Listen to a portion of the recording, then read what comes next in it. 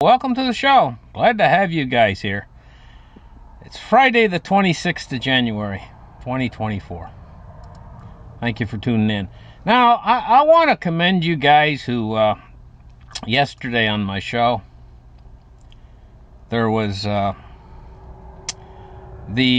Houthi attacks in Yemen, and I sported some videos from Hindustan Times. You guys, I want to commend you for being able to spot indiscrepancies in the film, in the film footage. It's very hard nowadays with all of these artificial intelligence films being produced, and also you have different things like it's just so much fake media out there. Now, I don't know for sure if that film footage was faked or not, but I did put a question mark in my mind about it. Let's just put it that way. So remain vigilant, guys. It's very important, and I'm the same way. I have to look through the media and try to sort it out and try to find out in this age when there's so much fake news out there and so much fakery going on. I have to try to sort out what's truth and what's fiction on here, and it's not easy. Thank you guys for your help, and let's move on with the show, and we're going to get started here. We're going to take a look at what's going on. Another oil refinery is engulfed in fire after a drone attack from Ukraine. So they're attacking these Rosneft-owned oil refineries in around the Black Sea area. Here's a picture of the refinery on fire. These Russian-owned refineries. And we can see the location of this refinery fire right here. There's Crimea right there. Maybe I can click on this and get a bigger picture. Yeah, so we can see that it's well distanced from Ukraine, quite a distance. Those drones are having to fly a long way to make it there. Now this is a big situation going on right now. There's some sort of a big standoff or whatever starting to form. I heard that there's going to be massive amounts of trucks. Some sort of a convoy they're going to create. And 25 Republican governors have backed Texas in escalating a border standoff with the United States government. What the heck is going on? This is really big. Republican governors in half of the United States have backed Texas in an intensifying standoff with the federal government over illegal immigration. It says the Supreme... Listen, guys, I'm going to tell you.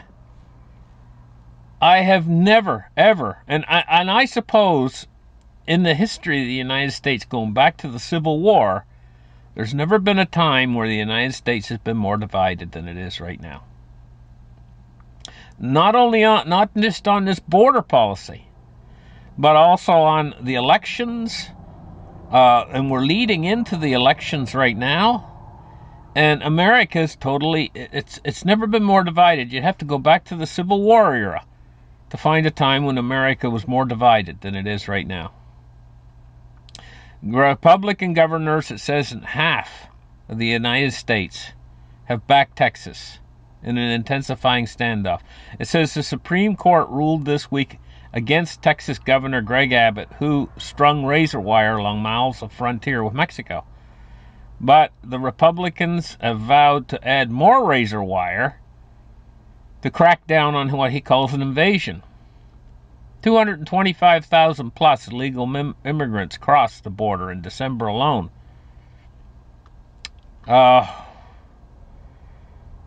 It's a Texas town that's caught in an American border battle. It says the latest border flashpoint focuses on a small stretch of the Rio Grande River that has become one of the busiest spots for migrant crossings illegally from Mexico. Wow. There's flashpoints occurring all over the world right now. It seems like nobody has really taken that much notice You know, people are just living their lives. They're not paying any attention. I'm going to say that probably 99% of the population out there, if you ask them, they'd probably say, yeah, things are bad, but it's just like it's always been. It'll always continue on this way. No, things are really slowly but surely, things are disintegrating, and they're going to hit a point. At a certain point, if things keep disintegrating, now I don't think there's anything out there that can stop it. It's like a car that's rolling down a hill or whatever. There's nothing to stop it. It's going to have something that's going to stop it. Otherwise, it's going to keep going faster and faster. This, what would I call it? Degeneration of society itself. The very foundations, the fabrics of our civilization are under decay. And this decaying process has been going on for a very long time. It's been very, very slow. But you have to understand something about this. It proceeds slowly until it doesn't proceed slowly. And then something happens, a black swan event, that makes it all come together really, really fast at the final stage. And that's what shocks people. That'd be the shock and awe factor, is when that final stage finally hits. And people can't ignore it any longer. It's right in their face that the system is coming apart at the seams. Then the fear. When it all becomes real, then the fear factor will hit. Okay, the United States, this is the Houthis talking here, and Abdul Malak al-Houthi, leader of the Houthi movement. He's saying the United States does not care about endangering shipping and turning the Red Sea into a battlefield, nor does it have any problem with expanding the scope of the war and intensifying the situation in the region. This is what they're saying. Quote unquote, from the Houthi leader. So this is what's going on. You know, one thing I wanted to say, you know, I showed you guys those films of the missile, and it could have been fake. I don't know if it's fake or it's real. But the U.S. did back off. They did pull out of the region when these bombs are going off. Evidently 3 of them. Right? Now, in my mind, whether or not those film footage I showed you yesterday was real or not, it doesn't change the actual situation where these aircraft carriers are the biggest targets on the ocean. And it's an awful lot cheaper to blow something up than it is to build something. These are immensely large. These aircraft carriers are immensely large. China's been practicing out in the desert. They built mock aircraft carriers that they've been blowing up with these. They've got these new missiles now. They're called hypersonic. And they also have capabilities in them where they can, if you try to shoot them down, they can actually change course and change direction to try to evade systems of surface-to-air missiles that would try to take them down. And they fly at multiples of the speed of sound, many multiples of the speed of sound. And they're designed to destroy aircraft carriers. They're building them. China's building them. Places like Iran has them, and Iran's very high technology into this. And it's much cheaper to take down an aircraft carrier, one of these missiles. So aircraft carriers, you know, they were the power of the sea for many generations there after World War II. An aircraft carrier was top dog. It was, but now with these new missile technologies, you know, aircraft carriers have to stay further offshore. And the problem with that is, or they risk, if they get in too close to an enemy country, they risk having the aircraft carrier hit by one of these aircraft carrier missiles, these hypersonic missiles. So they have to stay further offshore if they want to be safe. The problem with that is, if you're conducting military exercises, like say you're going to send your airplanes into a country and to do attacks, Well, if the aircraft carrier's further offshore, you got refueling problems and stuff to get that far away from the aircraft carrier in order to carry out attacks. Issues like refueling become a problem. Also, you're not close. You need to really get that aircraft carrier. If you're going to fly missions into a country, bombing missions and stuff, you need to get that aircraft carrier in there close. But these new systems they got out there make it much more dangerous for aircraft carriers and ships in general. These anti-ship missiles. It's a problematic world that we live in right now. It's really dangerous. War is becoming more dangerous, and it's changing. The whole face of war is changing with asymmetrical warfare, with modern technology and these drones and stuff. Drones are a significant change in the face of war. This just occurred since this has really taken hold, and we've seen the power of drones in the Ukraine conflict. The world is changing too fast for us. That's what I've just been talking about. For the organic farmers, they're urgent, and they're in French protests against the French government right now. It says, look, there's all their tractors pulling in France. Whole slew of tractors. It says Pierre woke at 4 a.m. to feed the cows on his organic farm near coastal town of Pornic in western France, and then did something he had never dared before. He made a cardboard protest banner about the nightmare of French bureaucracy and went to cheer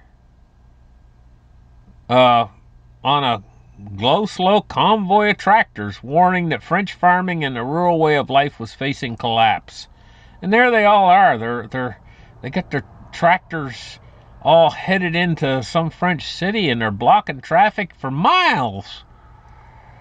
Wow, really something. What does it say there?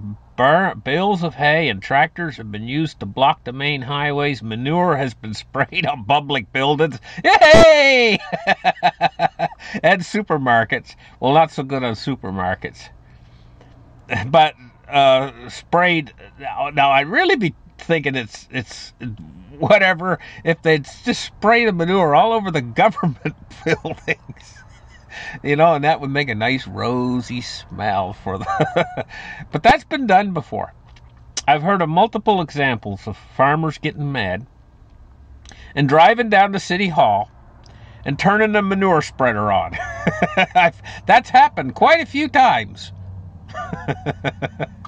Give the government what they deserve, because they're full of that. That's what the government's full of, is that manure. I'll call it manure. Anyway... Alabama's executed a man with nitrogen gas that gassed him, and I heard it was really gruesome. The guy was convulsing and twisting and wasn't dying and everything else for over 2 minutes, I guess. It says right here, he appeared to shake and writhe on the gurney, pulling against the restraints. One guy said, he said, tonight Alabama causes humanity to take a step backwards, he said. That's what he said. And another one said here, I'm trying to find it. I was reading it earlier about how awful it was. It says, but they said it was all expected. And it was all in the side effects we've seen or researched on nitrogen hypoxia. Nothing was out of the ordinary. So they were expecting all that. And, you know, I mean, there must be... I mean, it kind of... Stuff like this kind of makes hanging look humane. Seriously. You know?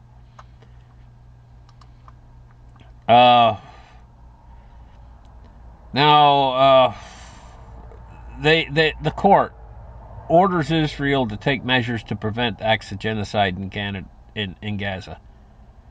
The International Court of Justice delivered its ruling on emergency measures requested by South Africa in its genocide case against Israel over the war in the Gaza Strip. The court said, among others, that Israel must take steps to prevent acts of genocide in Gaza, but stop short of ordering a ceasefire.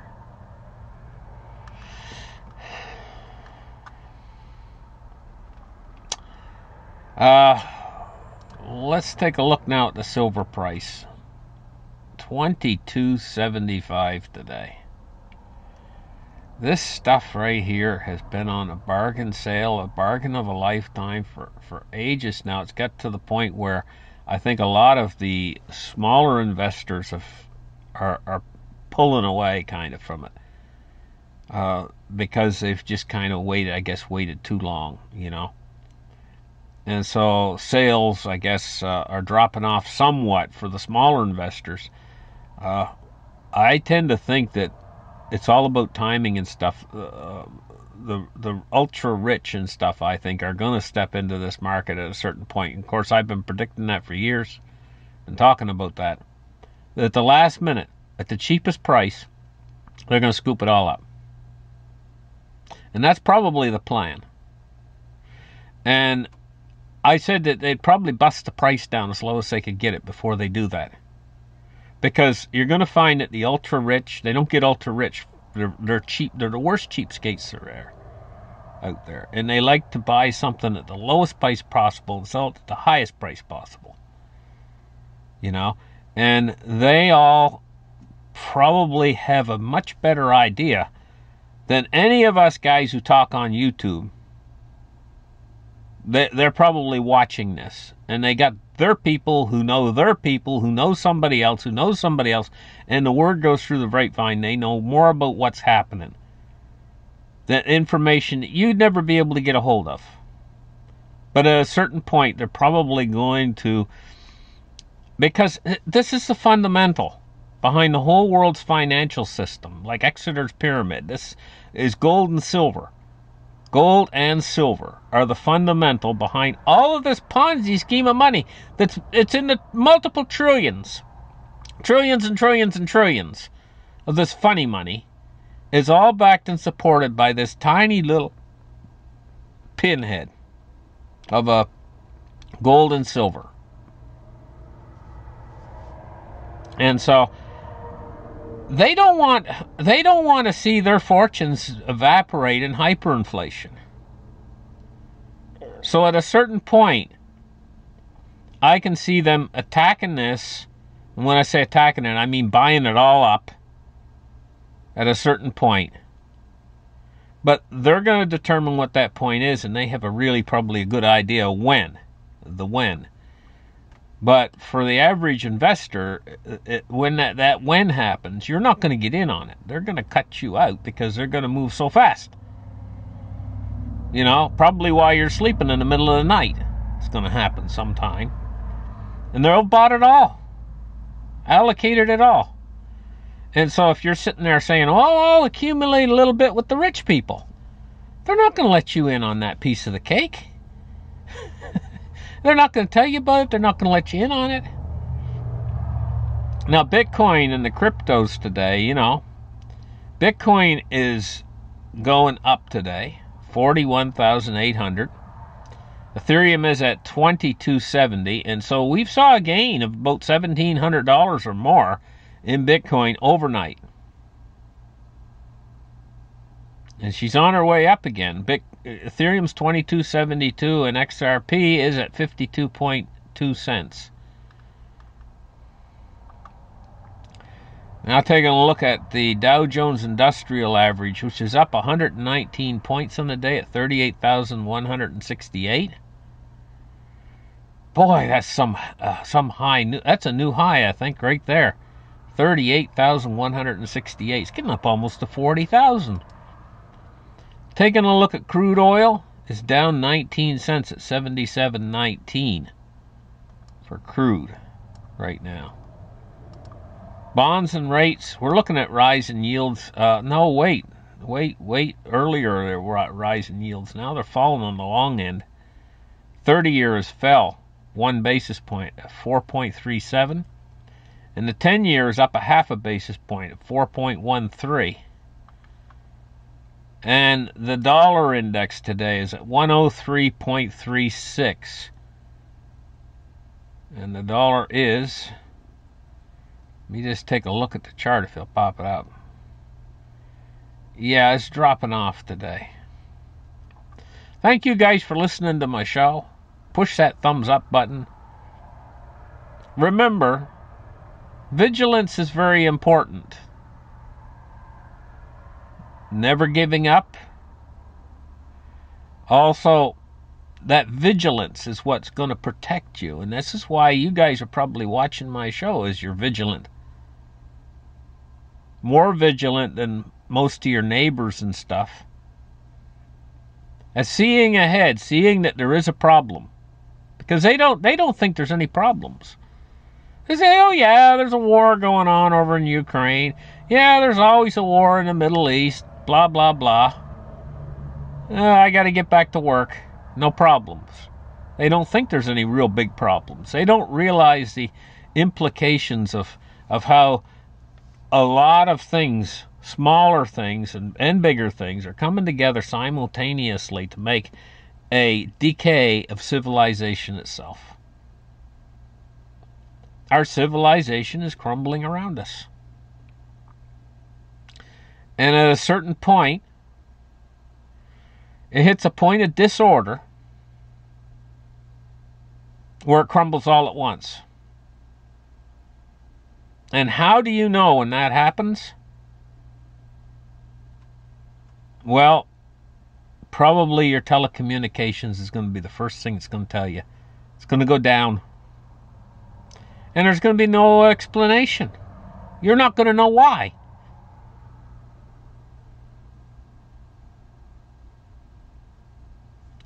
And heaven forbid it's power grid and telecommunications go down simultaneously. And that could actually probably the most likely outcome. And all your friends and neighbors, everybody will be, because we've all had temporary outages in these things. And that's what everybody's going to be thinking at first. This is a temporary outage. Then, after the thing progresses and after it's out for a while, days, weeks, months, civilization will decay into chaos. But that is only, again, a temporary thing. That chaos will stem then later, after a period of time, into a reordering of society building itself back again from a fresh start. So we're coming around to an end of a collapse of civilization and then a rebuilding and restructuring of civilization. And that's what I was talking about many times when I've talked to my shows. I think I've done 3, maybe 2 or 3 shows about how there's going to be badlands. This is because when civilization comes back after a number of months, or I don't think it's going to take years, I think it's just going to be a matter of months. It's going to come back again and start to reorganize and restructure. During that restructuring process, an awful lot of people aren't going to make it. You turn the lights out, power grid's down, telecommunications are down for maybe, 4 months. When them lights come back on again, maybe it's 6 months. When them lights come back on again, you're going to notice half the people are gone. They didn't make it. Why? Well, I can list the reasons for you. No emergency services, no policing, people losing their minds, no medications, no doctor to take. You're on your own during that period in time. You better be darn well careful you don't, even in the kitchen making dinner during that period in time when there's no emergency service, no doctors, no nothing. You better be damn well careful you just don't even cut your finger. You get blood infection, what are you going to do? Now, preppers out there saying, well, I probably got some medications. Yeah, but, it's still dangerous. Even if some people out there put antibiotics away from themselves, you might not have the right type, or you might not know what the dosage is. Gosh only knows the problems you'll come in. Best thing to do is not to cut yourself. Be very careful.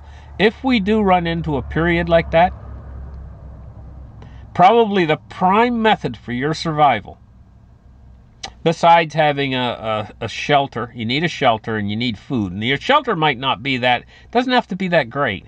It just has to be a bed that keeps the rain off of you, basically. And you need food and water. But the next biggest danger is getting hurt during that period in time. If you fall and break your leg, or you get a cut on yourself, or you catch some sort of an infection, or you know, there's a myriad of things. Being very careful during that period in time so that you don't get hurt. And you know, an awful lot of people are hotheads. You know, when this crisis were to happen, and the community, we were to go into a SHTF crisis. You know, an awful lot of people out there, maybe they're young and strong, maybe they're buff and everything else. They're gonna lose it a little bit, and they could just, as simple as trying to run too fast down the street or whatever, and their shoelaces get caught under them, and down they go, and they smash their nose on the pavement or something and get an infection.